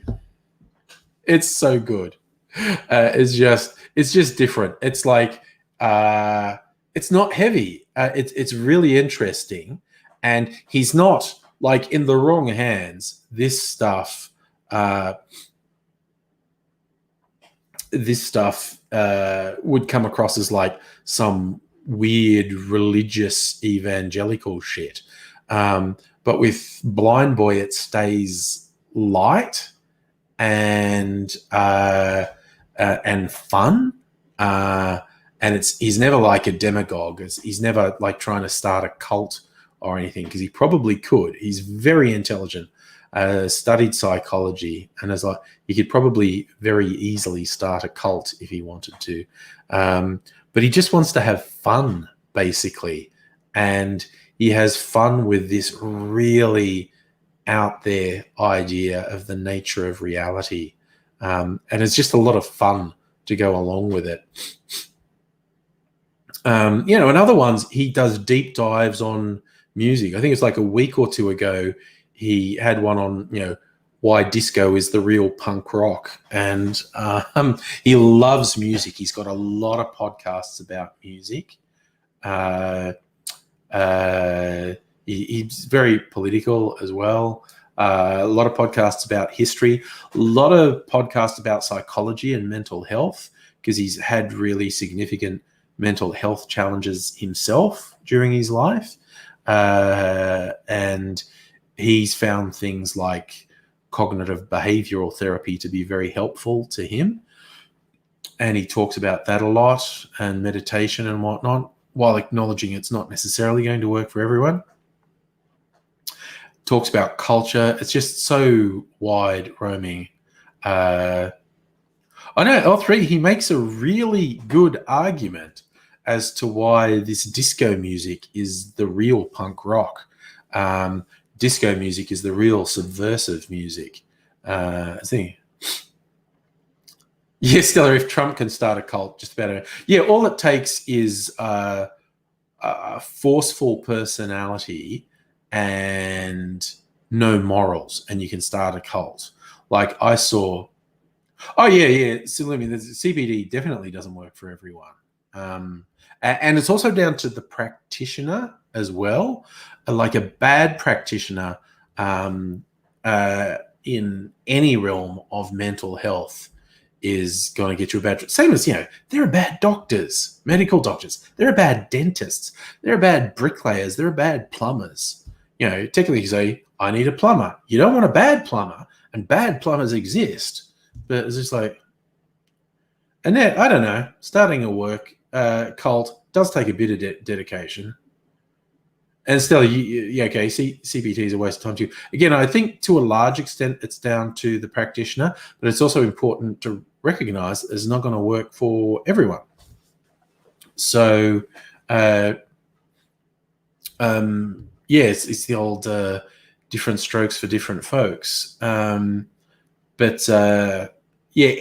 who thinks a single thing will always work is not someone you should be listening to, because even if if a particular treatment, and that's whether it's a medical treatment or a psychological treatment, or whatever, if it's 98% effective, that's fucking brilliant. That's an exceptional level of success. But it's fucking useless to the 2% of people it doesn't work on. And telling those people for whom it definitely does not work, oh, but it works for everyone else. It's like, fuck you. And that's why people's actual understanding of numbers, mathematics, and risk is so fucking bad. So bad. Like saying 1% means never. Like, no. If you were going to be punched in the head for 1% of your waking hours, that's a fuckload of being punched in the head. But you get these absolute fucking clowns who go, we're even worried about COVID. It's only got a 1% fatality rate. First, we are a long way off knowing what the ultimate fatality rate for this disease will be. We can maintain hope that it stays low. But even if it was 1% with an infectious disease that's, in lieu of a vaccine going to end up infecting virtually everyone, that's millions and millions and millions and millions of people dying that otherwise wouldn't have died. And that's pretty fucking bad. 1% sounds low until you put it in a large enough base number. Stella, you're also too lazy to be a cult leader. Okay. Controlling a lot of people will cut into your snooze time. Annette, you've got to pick really good subordinates who take care of all the boring stuff for you. Yes, as supreme leader of the cult, you are the ultimate power. You're the autocrat. All power rests with you. But you've got to have good lackeys. You've got to pick the right lackeys who can do all the dull shit. And you've got to be an iron grip and have them in such fear that when you close off into your bedroom, you say you're communing with God, and anyone who interrupts you will be struck dead. And you have your lunchtime when they say, how long will it be? And you go, you can fucking rush communing with God. Fuck off. Do I need to re-educate you right now? That's the thing.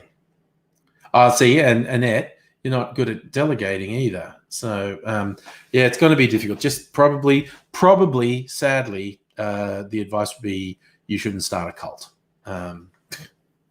No one should start a cult. But I mean, I even remember from the early days of YouTube seeing some real creepy motherfuckers who gathered an audience and they were manipulating that audience. It's like, fuck, it would be so easy to start a cult. It's so fucking easy to sway people and to manipulate people and to control people. Because in a lot of cases, people want it. People really want someone to make decisions for them. They want someone to tell them what to do, tell them everything's going to be fine if you just follow me. Yes.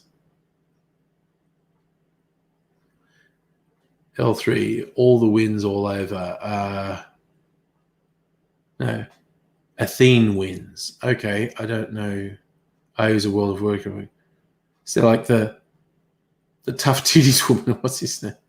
Yes, Anisian is one that springs to mind, Silumi. A terrible, terrible manipulator. There was another guy who thankfully vanished. What's his channel name? His channel name was Crossmac. It was Ian Mac something. And he was fucking creepy because he absolutely saw himself as a messiah and a visionary, whereas like Anisian is just a nasty manipulator. This fucker absolutely saw himself as a messiah figure, and he was doing stuff like telling people to stop taking their medication and whatnot. It's fucked. See, Kirsten, you're a pro at delegation, like telling people what to do. You're a perfect cult leader. You're all there. Yes, Annette, I have seen the Umbrella Academy. The Sexy Trash Boy is an accidental cult leader. Yeah, that was season 2 of the Umbrella Academy. It was quite good. And I often wonder, like, how did he start a cult? Because he's got his ghost brother there who can lift him up so he could actually appear to levitate to his followers because his ghost brother is holding him up. It would be a very good way to absolutely convince people of your godlike powers if you could fucking levitate. So yes, yeah, that's one. That's a series I recommend watching. The Umbrella Academy on Netflix. There's 2 seasons of it. I've just started watching season 2 of The Boys on Netflix, which is a hyper-violent comic book adaptation. It's about these guys who, it's a world with lots of superheroes, and there's this group of guys who don't like him and are trying to take him out. And they have very good reasons for not liking the superheroes because the superheroes are not good. And it's quite entertaining. And I remembered, like today or yesterday, I had from a digital copy of like the first 3 trade paperbacks, graphic novels of the Boys that I could download. And so I thought, I want to, and it's the same basic premise, the comic book that inspired the TV series. A lot of the characters have the same names, but the plot line is so different. Like, I was worried if I read too far into the comic, it might spoil the plot line, but the plot lines in the comic are so different to the plot lines in the TV show. Honestly, the plot line in the TV show is probably better. Yeah, that was very interesting. And I know Umbrella Academy was a comic series created by the guy from My Chemical Romance, I think. It's from one of those emo bands. Anyway, I think it was My Chemical Romance. Guy branched out and made a comic and was quite successful, and now it's a pretty successful TV show, which again apparently diverges quite a bit from the comics, although I don't know because I'd never read the comics. I read some comics.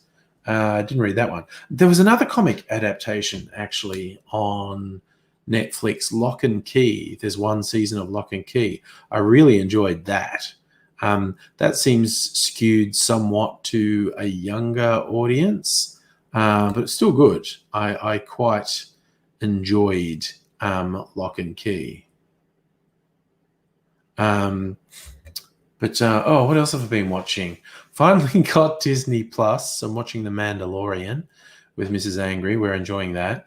We should be finished it before the new season comes out. There's so much high-end TV being made. Unless you watch 4 hours a day, it's fucking impossible to keep up with. And movies. There are so many movies to watch as well. It's like, oh my God. So there's a whole bunch of stuff I'm trying to keep up with. That's an interesting bit of trivia, Salumi. He was drawing comics before. It was My Chemical Romance, yeah. But then the band took off. He kept drawing. You can actually see starting sketches of Umbrella Academy on the Life and the Murder Scene, which is behind the scenes of the second album, Big Tour. Oh, there you go. There. Stella Bhagwan, the cult leader, you can remember. Right-hand woman was Ma Anand Sheila. She was famous tough titties line on 60 Minutes. Oh, right. Yes, because she resettled in Australia. The Bhagwan Rajnishi. there's a docu-series about them on Netflix. They actually committed a fairly severe act of bioterrorism in the US. But yeah, then they kind of retired out here. And Sheila was very defiant, yes. Timothy, am I going to get a PS5? My friend, probably not for at least a year or two after it comes out. I'm just in no rush whatsoever. I'm usually real slow in getting new gaming platforms. I've got a PS4. That will do me. And because I'm also not gaming very much. If I ever get around to gaming again, I got like 6 PS4 games to play. And that'll take me a while. Yes, Annette, we are in danger of having a big dead patch of no new TV shows and movies because of production shutdowns. Reruns, I guess. Maybe I'll catch up. Slimmy, you're casually obsessed with the band. Definitely one of the kids who only got through the teen years because the band's like My Chemical Romance. Yep. Timothy, how would you like to get me a PS5? No, is that like as in give you money? I don't know. It's not a thing I do often. I'm a bastard. Stella, you don't remember the bioterrorism, the murder one of the women? No, there was a thing, the doco series, which is apparently pretty good on Netflix about. I'm sure it's the same cult. Pretty full on. I did see, Safa, that Netflix were increasing. I think the prices on their base plans. I didn't look at the detail, but I did see that they were doing a price increase in Australia. Oh, right, Timothy, you just need a PS5 now. I understand and empathise. Yeah, but yes, I mean, for God's sake, if all TV and film production started now, I definitely have enough stuff that I haven't watched to sort of keep me occupied for 2 years. There's just that much quality stuff come out that I could spend 2 years watching stuff that I missed out on in the last 5-10 years. Didn't have enough time to watch everything. So, yeah.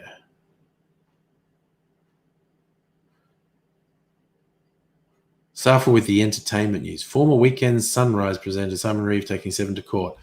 I have no idea who he is. Last thing I'd fucking do is watch any of those fucking morning shows on the fucking commercial channels. What, did they sack him? Is that why he's taking them to court? Good luck. Very hard to win cases against media companies, quite honestly. And also, if you were just like a presenter on Weekend Sunrise, everyone thinks you're a piece of shit. You probably won't do very well in court. That's just my thoughts on the matter. Do I sound biased or bitter or something there? They sacked him. Oh, that's the way shit goes in the entertainment industry. They'll fucking sack you in a heartbeat. And you know where to go when they do it. So L3, I've watched. There's only 2 seasons of The Tick, isn't there? It got cancelled. I'm kind of halfway through season 2 of The Tick. I only watch it occasionally. I watched the first season of The Punisher. I haven't watched the second season. Ash vs. Evil Dead, I've watched about half of. I haven't watched it for quite a while. I'm actually most of the way through Brooklyn Nine-Nine now. I'd never watched it. I started from the start earlier this year. What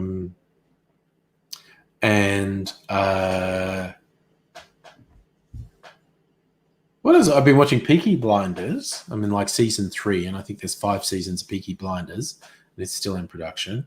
I think I'm actually on the most recent. I'm either on the most recent or second most recent season of Brooklyn Nine-Nine. Watching Schitt's Creek. I'm halfway through season 3, and I think there's 6 seasons of that. What else am I watching? Ooh, I just started watching season 2 of Altered Carbon. I watched 2 or 3 episodes of that. I'll eventually get around to watching the rest to season 2. That's Annette. That is a beautiful description.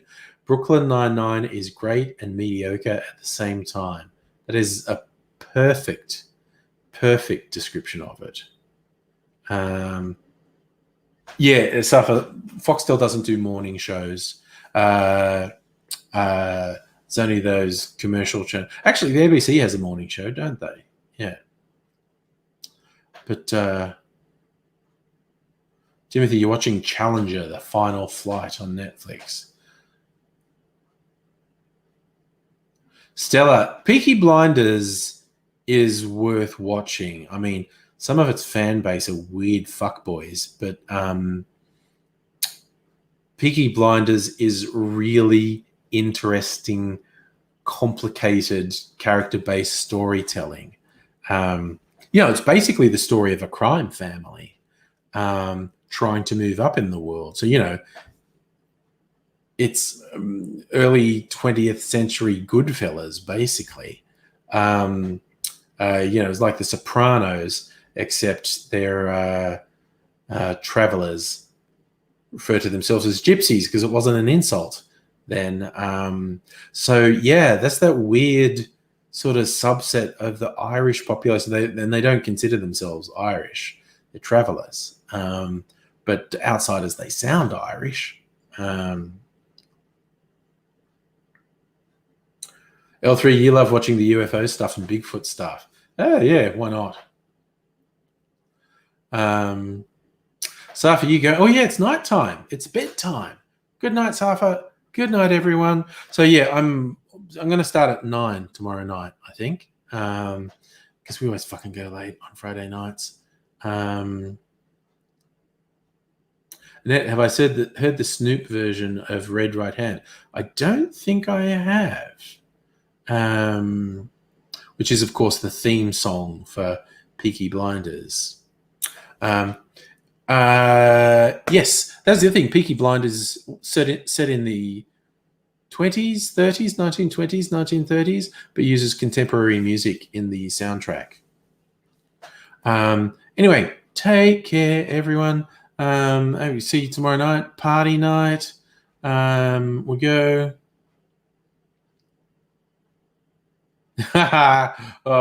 This is the parting note. Stella, you want to hear strong bigotry? Ask a Romanian their opinion about the gypsies. Yeah, because that's the European mainland. The Romani gypsies were not popular.